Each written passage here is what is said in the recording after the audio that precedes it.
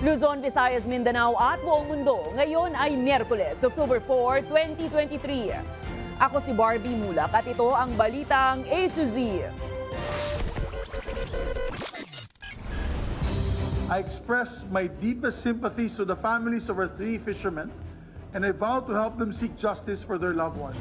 Pinas nagluluksa sa pagkamatay ng 3 mangingisda matapos mabangga ang kanilang bangka ng isang foreign vessel. Samantala sa Ayungin Shoal, panibagong resupply mission ng PCG, muling hinarang ng China. Today, we are lifting the price caps on the rice. Price cap sa bigas, tinanggal na ng Pangulong Marcos. Mga naapektuhang retailers na wala pa ring ayuda, sana naman raw huwag kalimutan.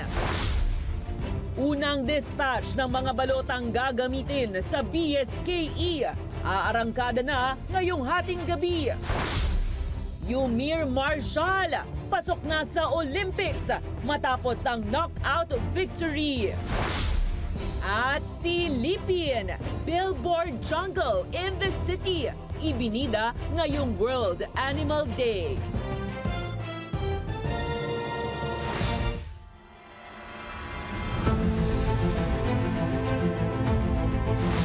Magandang gabi. Nananawagan na ang Pangulong Ferdinand Bongbong Marcos Jr. na iwasan ang pagbuo ng espekulasyon habang nagpapatuloy ang investigasyon sa pagkasawi ng 3 mangingisdang Pinoy sa Bajo de Masinloc. Samantala, natukoy na rin ng PCG kung saan nakarehistro ang foreign vessel na nakabangga sa fishing boat ng mga Pinoy. Narito ang ating balitang A to Z. I express my deepest sympathies to the families of our 3 fishermen. Nagluluksa ang mga lider ng Pilipinas sa pagkamatay ng 3 mangingisdang Pinoy. Ito'y matapos banggain ng foreign commercial vessel ang kanilang sasakyang pangisda na FFB Dirin sa bahagi ng Bajo de Masinloc sa Zambales nitong Lunes.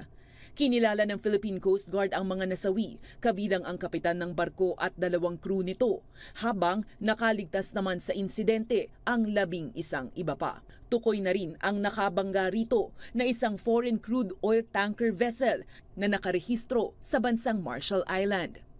Ayon pa sa PCG, posibleng nangyari ang aksidente dahil sa sama ng panahon.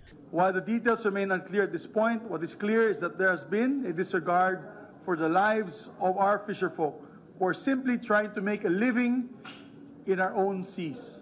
Ang grupong pamalakayan naman nananawagan ng masusing investigasyon. Ang lumalabas, batay sa backtracking ng maritime tracking ng Philippine Coast Guard ay isang tanker, na galing Singapore at South Korea going to Singapore, At ito ay madaling araw na nangyari, Siyempre, ang natin diyan, mayroong kapabayaan doon sa tanker na nakabangga. Sa panig naman ng Pangulong Ferdinand Bongbong Marcos Jr., tiniyak nitong pananagutin ang sinumang may kinalaman sa insidente habang siniguro rin nito ang tulong sa naulilang pamilya. Sa kabila nito, hinihiling ng Pangulo na umiwas muna sa pagbuo ng espekulasyon, lalo't nagpapatuloy ang investigasyon. Samantala, hindi pa man tuluyang kumakalma ang tensyon sa floating barrier at insidente ng pambobomba ng tubig ng China sa PCG.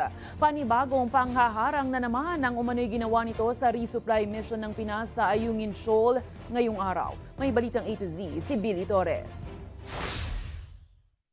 Wala pang 1 buwan nang salubungin ng dangerous maneuver ng China Coast Guard ang resupply mission ng Philippine Coast Guard sa Ayungin Shoal. Muli na naman itong hinarang ang misyon kaninang umaga October 4. Sa ipinadalang video ng PCG kay Senate President Juan Miguel Zubiri, kitang hinarang ng CCG ang sasakyang pandagat ng bansa. Kaya naman napilitan ng umatras ang PCG. Ayon kay Sealight Director at Maritime Security Expert Ray Powell, bandang alas 7 ng umaga, 3 barko ng CCG ang namataan sa lugar, kasama ang 12 pang Chinese Maritime Militia para harangin umano ang PCG. Naipagpatuloy naman ang resupply mission bandang alas 3 ng hapon sa BRP Sierra Madre. Iniskortan ng BRP Cabra at BRP Sindaga ng mga resupply boats. Ito na ang ika-4 na resupply mission ng Pilipinas matapos ang insidente ng pambubuga ng tubig ng China noong August 5. Samantala, inanunsyo ni South Korean Ambassador to the Philippines Lee Sang-hwa na pag-uusapan sa maritime dialogue ang mga issue ng WPS sa susunod na linggo. Kabilang ang malawakang pagkasira ng coral sa Rizal Reef, water cannon ng China sa Philippine vessels at paglalagay nito ng floating barrier sa Baho de Masinloc. Para sa Balitang A to Z, Billy Torres.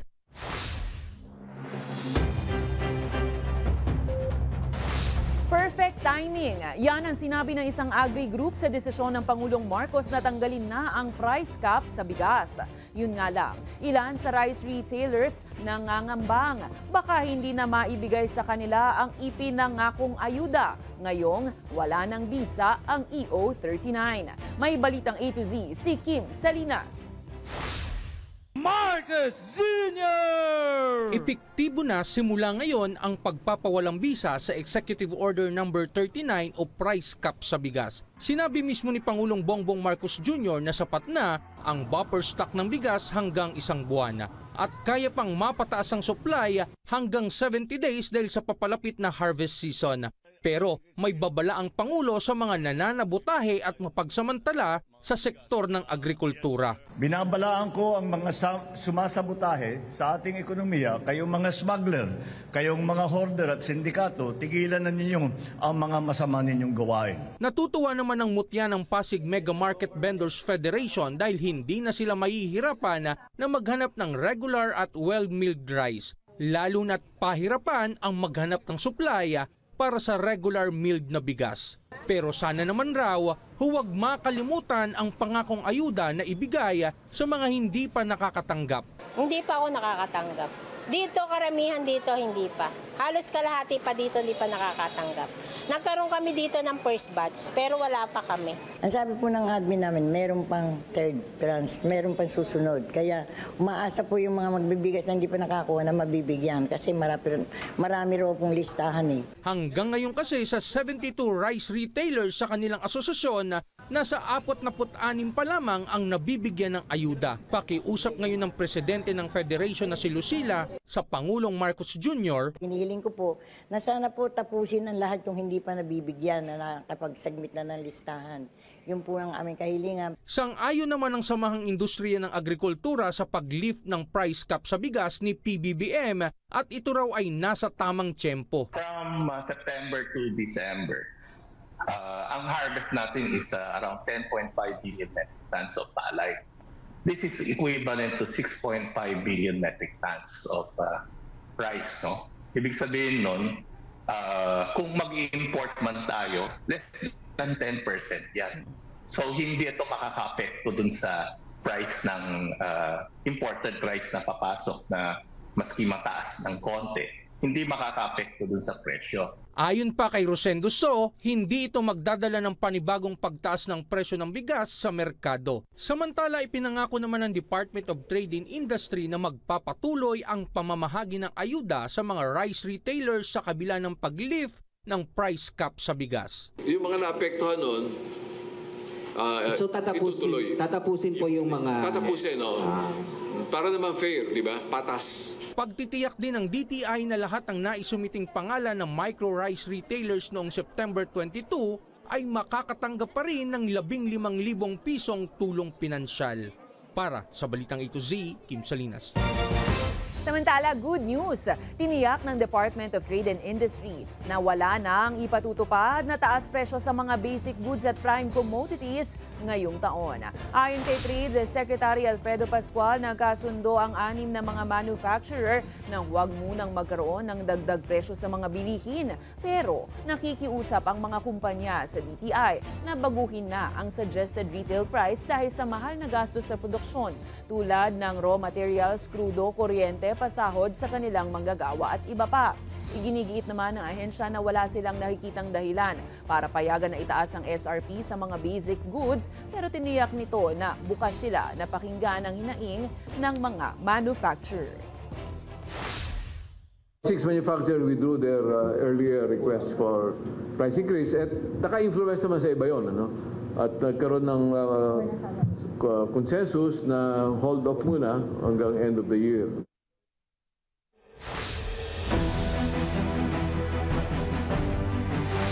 Hindi na ikinagulat ni Pangulong Ferdinand Bongbong Marcos Jr. ang pagbaba ng approval rating sa Pulse Asia Survey nitong third quarter ng taon. Ayon sa punong ehekutibo, naiintindihan niya ang mga negatibong sentimento ng mga Pilipino. Una nang sinabi ng ilang political analyst na posibleng nakakaapekto sa performance ni Marcos Jr. ang patuloy na pagtaas ng pangunahing bilihin, mga problema sa agrikultura na siyang pinangangasiwaan niya. Sa kabila nito, tiniyak naman ni Marcos sa publiko na magsusumikap pa siya para mapataas muli ang approval rating ngayong huling quarter ng taon. And that's why we're working very, very hard to make sure that this comes up again. Not because of the survey, that's not important to me. What's important to me is that we make sure that people have enough to eat and that it is affordable to them. Handang magbigay ng pahayag ang mataas at mababang kapulungan ng Kongreso sa Korte Suprema hinggil sa kontrobersyal na Maharlika Investment Fund. Ayon kay Senate President Juan Miguel Zubiri, makakaasang SC ng kooperasyon sa Senado. Binigyang diin pa ng senador na ito ay bahagi ng judicial process. Habang sinabi naman ni House Speaker Martin Romualdez, irerespeto ng Kamara naging utos ng Korte Suprema sa kanila at magsusumiti ng kanilang komento sa loob ng 10 araw. Ipinunto na ni Romualdez na tumatalima sila sa proseso ng paglikha ng batas at lagi nilang iniisip ang kapakanan ng publiko. Matatanda ang pinagkokomento ng SC ang Senado at Kamara kasama na ang tanggapan ng Pangulo hinggil sa inihaing petisyon ng grupong Bayan Muna para hilingin na ideklarang unconstitutional at void o walang bisa ang Maharlika Investment Fund.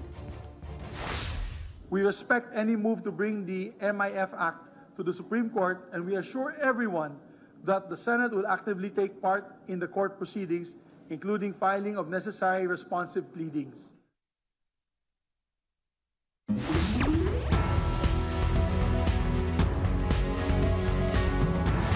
Aarangkada na mamayang hating gabi ang first batch ng mga balota ng BSKE na ipadadala sa 2 rehiyon sa Mindanao. Ayon sa Commission on Elections, inuuna na nilang bigyan ng balota ang mga malalayong rehiyon mula sa Metro Manila. May balitang A to Z si Ian Maghanoy.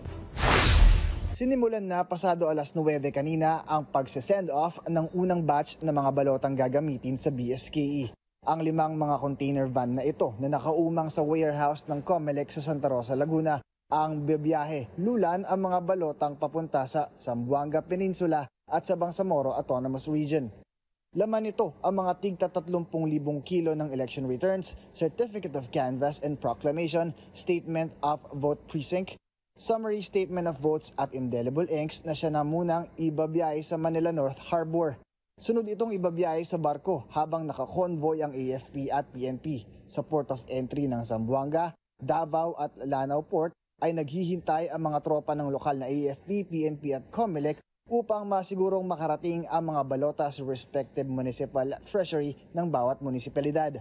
Una nang sinabi ng COMELEC na hindi maaaring ibiyahe sa himpapawid ang mga balota dahil kasali sa hazardous chemicals na ipinagbabawal sa pagbiyahe sa himpapawid ang mga indelible inks.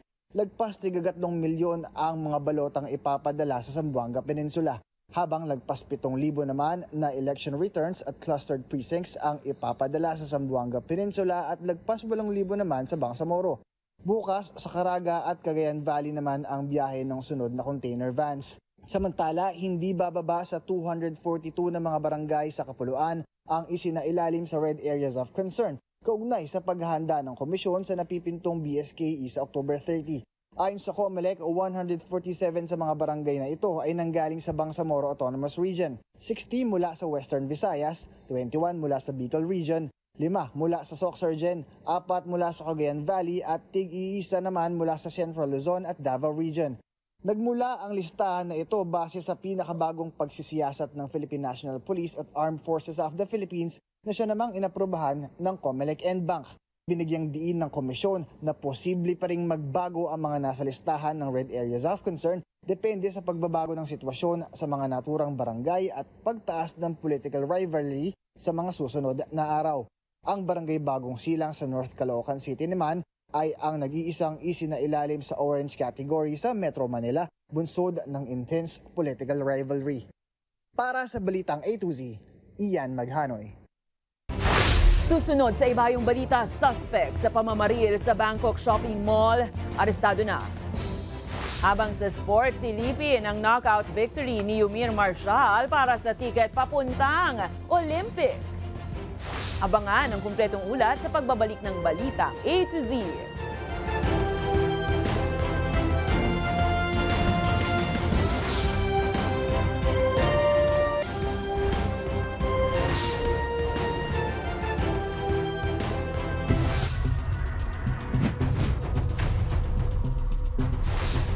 Wala pang pinal na plano ang Department of Environment and Natural Resources na i-relocate ang mga miyembro ng Socorro Bayanihan Services Incorporated.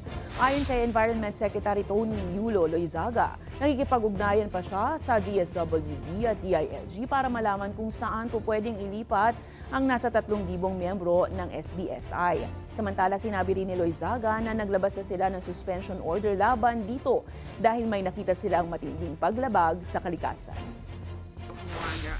We are now in coordination with Secretary Benher Abalos, Secretary Remulla of the DOJ, and Secretary Rex Gatchalian, excuse me, for an integrated approach to the investigations regarding this particular situation, Madam Chair.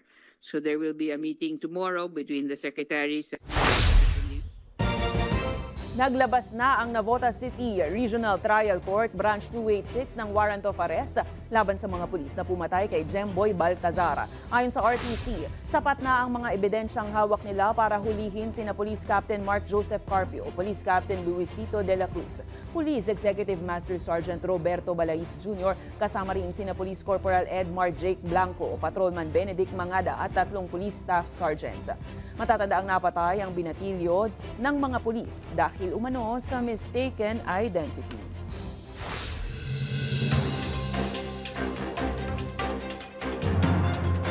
Ipinagpaliban ng Manila Court ang arraignment ni expelled Negros Oriental Congressman Arnulfo Teves Jr. at iba pang akusado sa pagpatay kay Governor Roel Degamo dahil sa mga nakabinbing mosyon. Nakatakda naman itong ipagpatuloy sa November 29.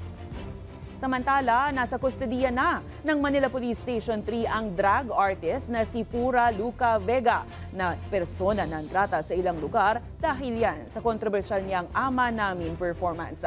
Ayon kay MPF spokesperson Police Major Philip Ines, alinsunod ito sa warrant of arrest kaugnay sa reklamo ukol sa naturang performance.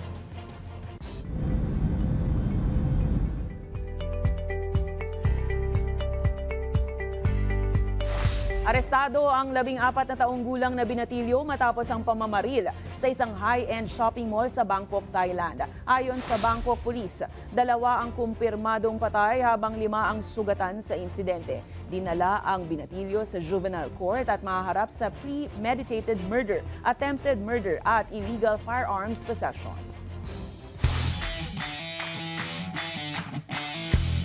Tuloy na ang karera ni Pinoy boxing idol Yumir Marshall sa Paris Olympics sa susunod na taon. Ito'y makaraang masungkit ng boksingero ang second round knockout win laban sa pambato ng Syria sa 19th Asian Games sa China. Dahil dito, si Marshall na ang ika-4 na Pinoy na atletang tutungtong ng Paris Olympics sa susunod na taon. Samantala, bukas naman nakatakdang muling sumabak sa ring si Marshall para naman sa gold medal match nito kontra sa pambato ng China.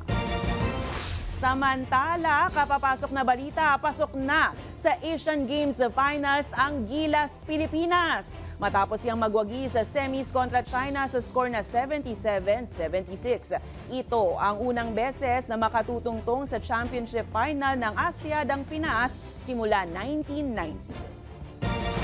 Sa aming pagbabalik, silipin ang digital celebration ng World Animal Day.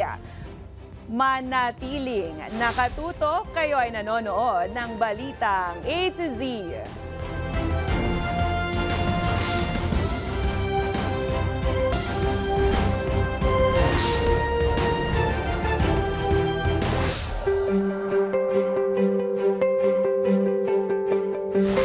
Ilang animal lovers ang namangha sa launching ng Win Big, meets bigger ng Globaltronics. Paraan ito para dalhin ang kagubatan sa gitna ng concrete jungle ng syudad para ipaalala ang kahalagahan ng kalikasan ngayong World Animal Day. May balitang A to Z si Lane Garcia. Meet Elle, the giant 3D elephant. Yan ang kinaaliwan at kinatuwaan hindi lang ng mga kids kundi maging ng mga nature lovers at animal enthusiasts na dumalo sa isang launching event sa Ayala, Makati kanina. Ang nasabing programa ay may temang When Big Meets Bigger, handog ng Globaltronics kung saan maa-amaze ka sa isang giant LED. It is my pleasure to welcome each and every one of you to this wonderful celebration of World Animal Day. At Globaltronics, we have always taken a great pride in our role as pioneers of technological progress. Ito rin ay bilang pagkilala sa selebrasyon ng World Animal Day. Layunin rin ng Globaltronics na masuportahan ang ilang ahensya na siyang nangangalaga sa wildlife at maging sa ating kalikasan, gaya ng Philippine Animal Welfare Society o PAWS at World Wildlife Fund for Nature o WWF. We have several programs to actually educate and to rescue, not only rescue, but to upgrade the welfare of animals here in the Philippines. Kami po ang Worldwide Fund for Nature.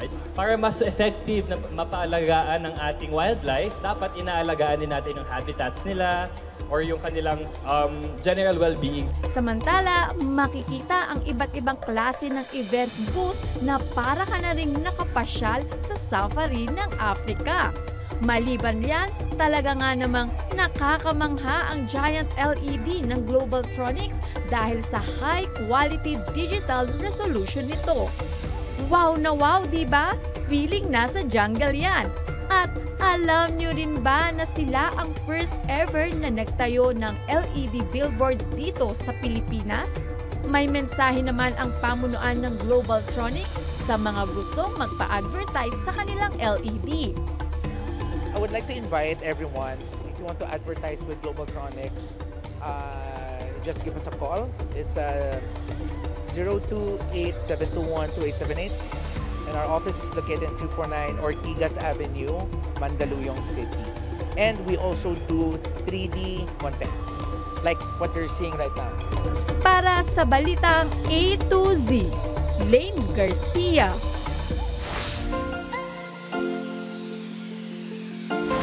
Nakuha ng cute na chikiting ang kiliti ng netizens sa isang mall sa General Santos City. Pumunta lang kasi sa restroom ang mommy nito na si Lovely Darice Uy Maribao. Pero tila nasepang sagad si baby. Silipin sa video.